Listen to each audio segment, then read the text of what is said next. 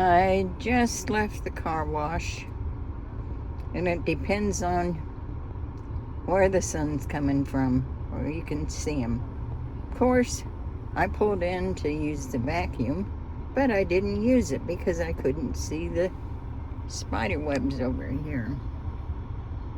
So, anyhow, I'll have to remember exactly where they are the next time.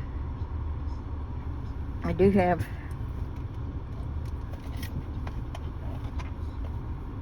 an appointment tomorrow with the eye doctor.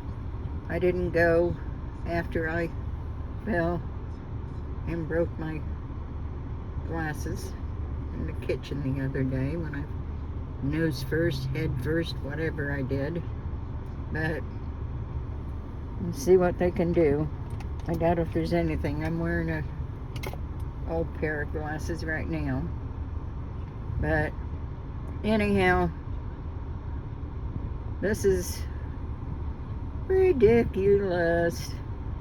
It's like in the 20s this morning, or maybe 30 by this morning. I don't know for sure. It's going to be cold again tonight.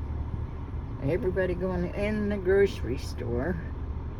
I haven't seen maybe one or two that don't have jackets on.